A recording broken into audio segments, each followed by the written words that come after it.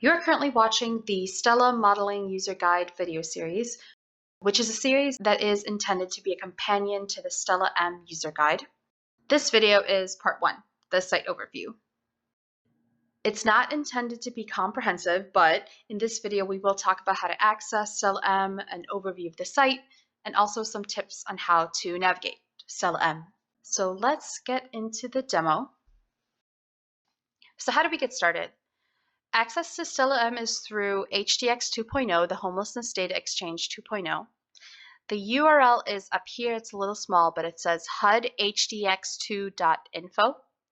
And users with active HDX 2.0 accounts for LSA or Stella P, they're all set. They already have access to Stella M and their COC's data.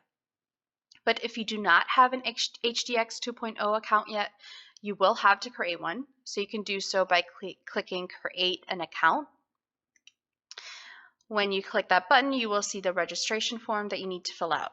Please be aware, though, that part of the registration process is requesting access to your COC's data in HDX 2.0. So I'm going to scroll down a little bit, and you'll see that there's a field that says Requested COCs. This request goes to your COC's primary user for HDX 2.0. If you do not know who that is, send in an AAQ and we'll let you know. Once you sign in, it will land you on the HDX 2.0 landing page, which looks like this. On the top right-hand side are your tabs to access the LSA, Stella P, and Stella M. So we're going to go to Stella M.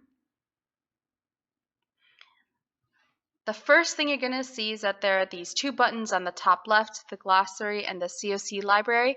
These buttons are accessible on every page of Stella M. The glossary defines key terms used in Stella M, and the COC library allows users to create and view pathways and project types for the selected COC. This will be covered in another video in the series.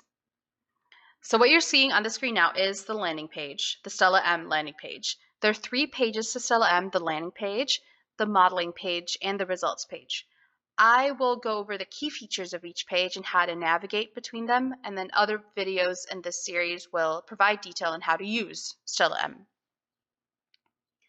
So now here on the landing page, you can create a model by clicking this new model button, which will open the model settings that you fill out to create your model.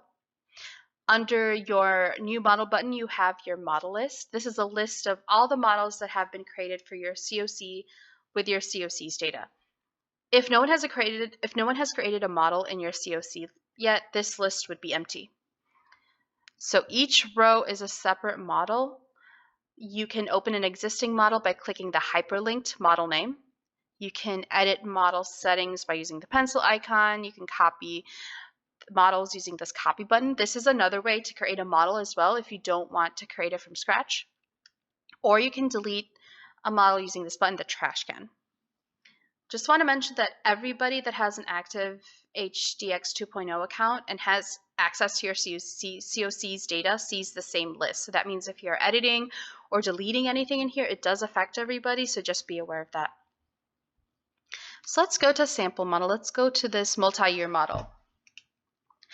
Wanted to mention as well that a single year model will look slightly different, but the general gist of it will be the same.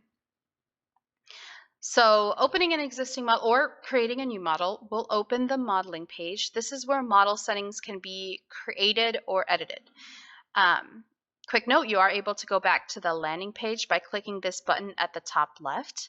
This is accessible on the results page as well, which you'll see later. If a model is new, most of this page will be blank because there hasn't been any data that's been entered into it. But because this one was already existing, we're seeing data here. On the top left-hand side, that is your year selector. You'll see here that the 2025 tab is highlighted, which means we are viewing and editing the data of the model for that year. You can switch to different years by clicking on that year's tab. So we can go to 2024. Or we can go back to 2025. Because this is a multi-year model, you also have your copy year button and your household projections button. These are only for multi-year models. Then you have the see results button, which takes you to the results page.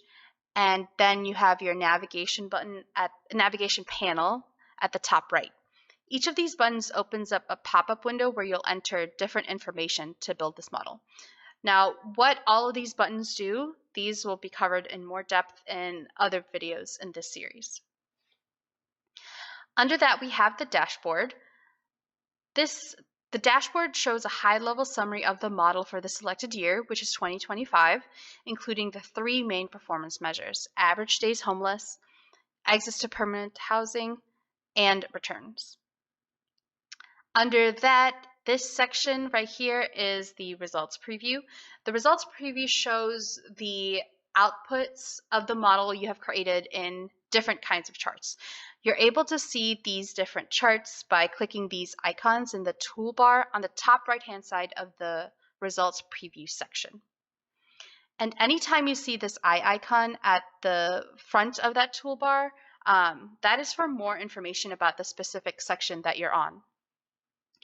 Under that is the modeling panel. This is where you can build and adjust the model, but it is also a visualization of the model pathways and assumptions for that selected year. As we keep scrolling, we have the Reset Model button.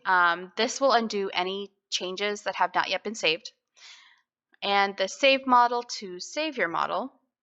Then you have the See Results button, which will take you to the results page. This does the same thing as the See Results button at the top. So let's actually go to the results page. So I'm clicking on that See Results button.